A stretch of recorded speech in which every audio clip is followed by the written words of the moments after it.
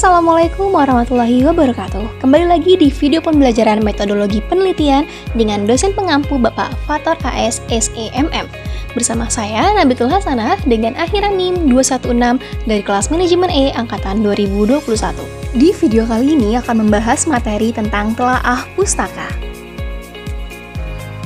Definisi kajian pustaka. Kajian pustaka adalah kajian terhadap penelitian-penelitian terdahulu yang berkaitan dengan penelitian seorang peneliti. Dan tujuan dari telaah pustaka adalah untuk mengetahui perbedaan satu dengan penelitian lainnya, agar kebenaran penelitian dapat dipertanggungjawabkan dan terhindar dari unsur plagiasi. Menurut Nazir, kajian pustaka adalah suatu studi literatur yang artinya mencari sumber data dari bahan sekunder yang berfungsi untuk menunjang penelitian. Selain itu juga digunakan untuk meninjau sejauh mana ilmu yang terkait dengan penelitian berkembang serta sejauh mana kesimpulan pernah dibuat. Kemudian untuk proses telaah teori sendiri, pertama kita harus menentukan variabel penelitiannya. Sebaiknya variabel adalah hal pertama yang harus dikumpulkan, dan variabel sudah terkumpul bisa dikategorikan, kemudian dari kategori tersebut bisa ditentukan jenis metode penelitian yang akan digunakan untuk menganalisis. Variabel yang baik adalah variabel yang relevan dengan penelitian, yakni bisa diukur dan bisa diamati. Lalu yang kedua, yakni mengambil sumber referensi. Nah, langkah yang selanjutnya yakni mengambil referensi yang berasal dari berbagai jenis sumber. Misalnya saja mengambil referensi dari buku, publikasi ilmiah, laporan penelitian, jurnal penelitian, artikel ilmiah, glosarium, dan lain sebagainya. Semua sumber referensi tersebut dapat dijadikan sebagai sumber referensi yang paling utama.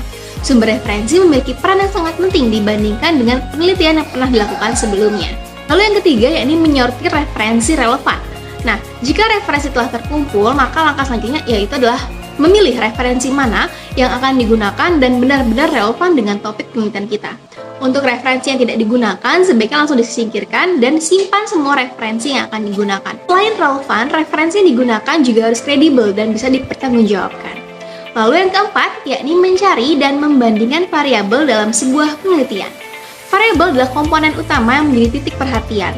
Saat membuat kajian teori, sebaiknya para peneliti membandingkan, mencari, dan menentukan kedudukan dari berbagai macam variabel yang telah tersedia. Lalu langkah yang kelima, yakni mengambil dan membandingkan variabel. Karena kedudukan variabel sangat penting dalam sebuah penelitian, maka para peneliti harus menguji, mengambil, menentukan, dan membandingkan posisi dari variabel yang digunakan. Penempatan variabel tersebut dapat dilakukan berdasarkan kronologikal, teori, dan juga dampaknya terhadap penelitian. Lalu langkah yang keenam yakni membaca topik penelitian. Langkah selanjutnya adalah membaca topik penelitian, di mana peneliti harus benar-benar mempunyai topik penelitian yang sesuai dengan variabel. Langkah yang ketujuh yakni memaparkan teori. Peneliti perlu memaparkan teori yang telah dikumpulkan dan harus menyortirnya sebagai landasan penelitian. Usahakan untuk menggunakan bahasa sendiri dalam melakukan tahap ini, dan sesuaikan dengan isu yang akan dibahas. Kemudian, langkah ketujuh dari telaah teori adalah memaparkan teori. Peneliti perlu memaparkan teori yang telah dikumpulkan dan harus menyortirnya sebagai landasan penelitian. Usahakan untuk menggunakan bahasa sendiri dalam melakukan tahap ini, dan disesuaikan dengan isu yang dibahas. Lalu langkah yang kedelapan yakni mencantumkan sumber dari referensi yang dikutip. Peneliti wajib mencantumkan sumber referensi yang sudah digunakan atau telah dikutip. Hal ini bertujuan agar peneliti terhindar dari plagiarisme. Selanjutnya kita akan membahas terkait telaah empiris. Telaah empiris atau kajian empiris adalah kajian yang didapatkan dari penelitian yang telah dilakukan sebelumnya oleh peneliti lain. Kajian empiris sendiri juga dapat didefinisikan sebagai hasil penelitian berupa observasi atau percobaan terdahulu yang mengemukakan beberapa konsep yang relevan dan terkait dengan penelitian yang kita lakukan.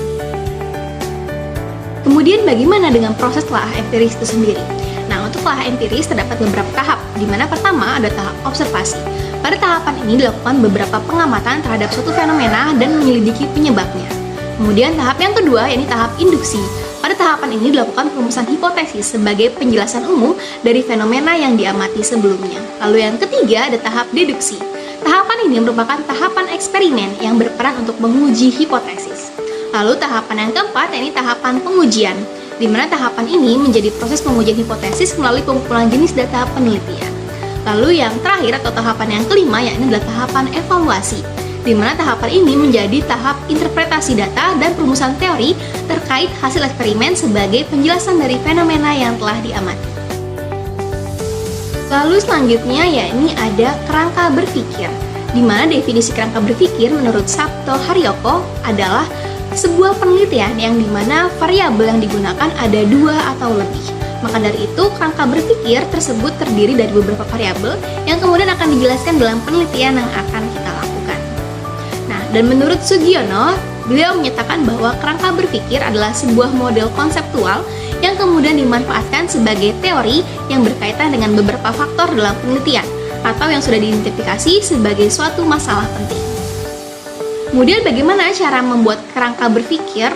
Yaitu yang pertama, kita harus melakukan identifikasi setiap variabel. Kemudian yang kedua, kita perlu mencari keterkaitan antar variabel yang satu dengan yang lainnya. Kemudian yang ketiga, kita perlu mencari sumber literatur. Lalu yang keempat, melakukan pembahasan teori. Dan yang kelima, kita perlu menggambarkan dan menjelaskan kerangka berpikir yang telah kita buat. Nah, kemudian terkait dengan hipotesis. Hipotesis berasal dari kata hypo yang artinya sebelum dan tesis yang artinya pernyataan atau pendapat, di mana dapat dimaknai sebagai suatu pernyataan yang pada waktu diungkapkan belum diketahui kebenarannya, tapi memungkinkan untuk diuji dalam kenyataan empiris. Jadi, hipotesis ini memungkinkan kita untuk menghubungkan teori dengan pengamatan atau pengamatan dengan teori. Kemudian menurut Kothari tahun 2009 menyatakan bahwa hipotesis adalah sebuah statement prediksi yang menghubungkan independen variabel dengan dependen variabel. Dan biasanya riset hipotesis ini berisi minimal satu independen variabel dan satu independen dan biasanya riset hipotesis ini berisi minimal satu independen variabel dan satu dependen variabel. Nah, jadi hipotesis secara umum yaitu adalah jawaban sementara terhadap masalah penelitian yang kebenarannya harus diuji secara empiris melalui suatu analisis yang berdasarkan data di lapangan dan kesimpulannya bersifat sementara. Lalu ada apa saja jenis-jenis hipotesis? Menurut Thomas, dalam penelitian dikenal 2 jenis hipotesis, yaitu yang pertama ada hipotesis alternatif atau disimbolkan dengan HA dan hipotesis nol yang dilambangkan dengan HO, di mana hipotesis alternatif disebut juga dengan hipotesis kerja, dan hipotesis ini menyatakan adanya perbedaan satu variabel dengan variabel yang lainnya, atau menyatakan adanya hubungan antara satu variabel dengan variabel yang lainnya, atau bisa juga menyatakan pengaruh variabel dengan teman terhadap variabel lainnya. Lalu untuk hipotesis nol atau dilambangkan dengan HO adalah hipotesis yang menyatakan tidak ada hubungan antara variabel penelitian atau menyatakan tidak adanya perbedaan di antara variabel penelitian, atau bisa juga menyatakan bahwa tidak ada pengaruh satu variabel atau treatment terhadap variabel lainnya. Jika dikutip dari Giuliani 2014, hipotesis dibagi menjadi 2 kategori, yaitu hipotesis statistik dan hipotesis penelitian, di mana hipotesis statistik ini adalah sebuah pernyataan matematis tentang keadaan populasi yang ditinjau atau diteliti. Suatu pernyataan akan dinyatakan sebagai pernyataan matematis jika dan hanya jika pernyataan tersebut disajikan memakai simbol-simbol matematika. Nah, hipotesis statistik ini dibagi lagi menjadi 2, yaitu ada hipotesis nol atau HO dan hipotesis alternatif atau H. Hipotesis statistik juga dapat dibedakan menjadi hipotesis 2 arah dan hipotesis 1 arah. Kemudian hipotesis yang kedua yakni adalah hipotesis penelitian, di mana hipotesis penelitian ini disebut juga dengan hipotesis substansi atau substantif hipotesis, di mana adalah hipotesis yang mengandung pernyataan mengenai relasi antara 2 variabel atau lebih sesuai teori. Nah, hipotesis substansional ini atau hipotesis penelitian tidak dapat diuji. Agar dapat diuji harus terlebih dahulu diterjemahkan menjadi hipotesis statistik.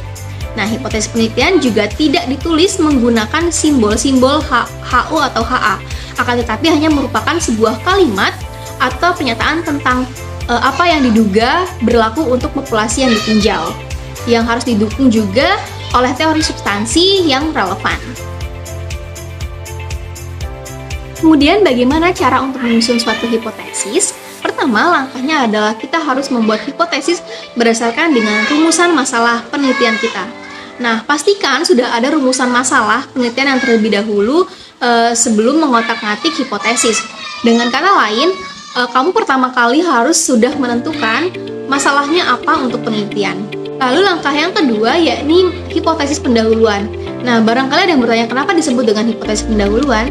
Jadi hipotesis pendahuluan ini adalah hipotesis yang sifatnya eksplisit, yang hanya digunakan untuk suatu uji coba. Kemudian langkah yang ketiga yakni mengumpulkan data. Nah, selanjutnya adalah mengumpulkan data dan fakta. Dari sekian banyak data yang diperoleh, ambil data yang paling relevan dan selaras dengan penelitian yang akan kita angkat.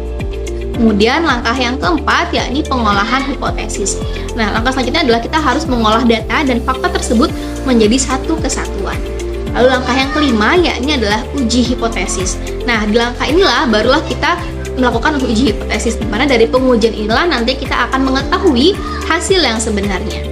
Nah, dari kelima tahapan tersebut, jika disimpulkan, cara membuat hipotesis dapat dilakukan dengan menganalisis data yang ada, kemudian dibuatlah pernyataan sementara. Sekian yang dapat saya sampaikan. Bila ada salah kata, saya mohon maaf. Terima kasih dan wassalamualaikum warahmatullahi wabarakatuh.